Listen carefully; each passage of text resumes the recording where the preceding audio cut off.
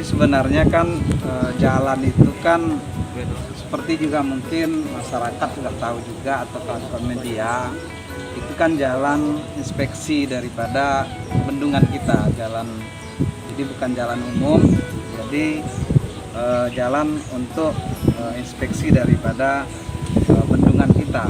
Bendungan kita itu atau waduk kita Duri Angkang itu kan mensuplai 70% kebutuhan air baku di Pulau Batam, sehingga tentu harus kita jaga dengan baik gitu ya.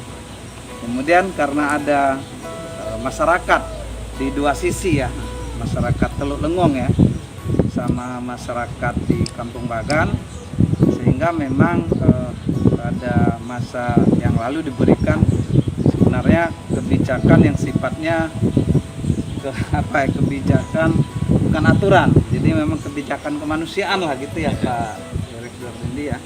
Jadi kebijakan kemanusiaan untuk hajat memenuhi kebutuhan daripada masyarakat. Namun dalam perkembangan industri, hiduplah kawasan Kabil, hiduplah kawasan juga di Muka Kuning semakin berkembang, Panbil, sehingga akhirnya jalan itu dilewati oleh masyarakat pekerja dari beberapa kawasan yang lebih luas lagi, di antara Sebeduk, Muka Kuning, kemudian sampai ke Kabil sana.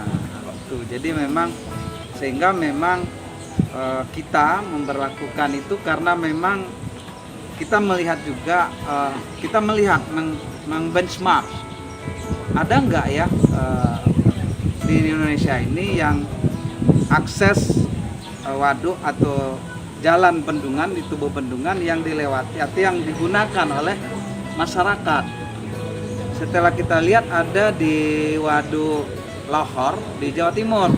Jadi waduk atau bendungan Lahor di Jawa Timur atau di Malang itu ada Blitar ke Malang ke Lahor itu melewati tubuh bendungan Lahor. Dari situlah kita lihat bagaimana pengenaan akses itu gitu. Ternyata memang di sana diberlakukan juga tarif akses dari Blitar ke Lahor. Kenapa diberlakukan kita tanya? Karena ini kan wilayah yang tanda kutip memang tidak boleh, jadi diberikan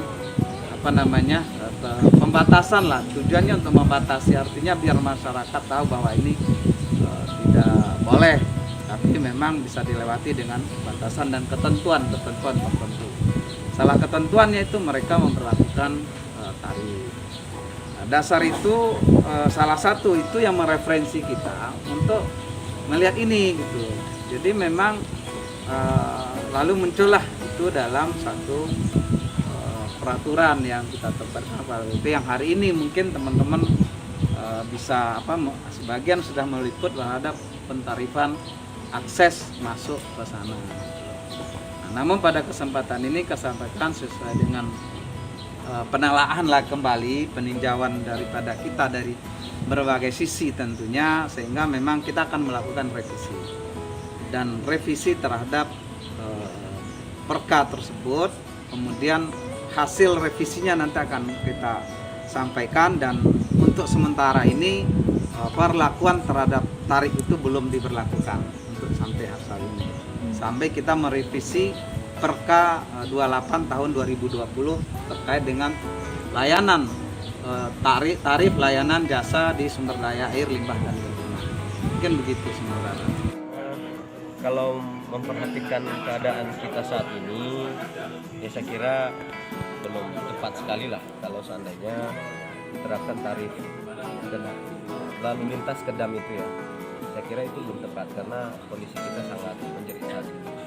Nah, kemudian kalau sifatnya untuk mengangkat PAD atau pendapatan BP Batam, saya kira masih ada kantong-kantong lain yang bisa dimaksimalkan oleh BP Batam dalam rangka peningkatan sumber pendapatan di tingkat BP Batam.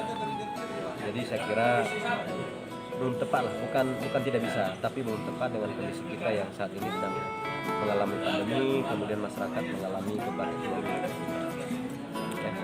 Sarannya ke depan Sarannya sih saya kira kalau untuk mau menciptakan pendapatan BP yang lebih maksimal, saya kira bisa memaksimalkan sumber-sumber yang lain. Karena bagaimanapun yang melintas di daerah Dam itu kan masyarakat-masyarakat yang menggunakan sepeda motor, dan tentu saya kira penghasilannya juga masih menengah ke bawah.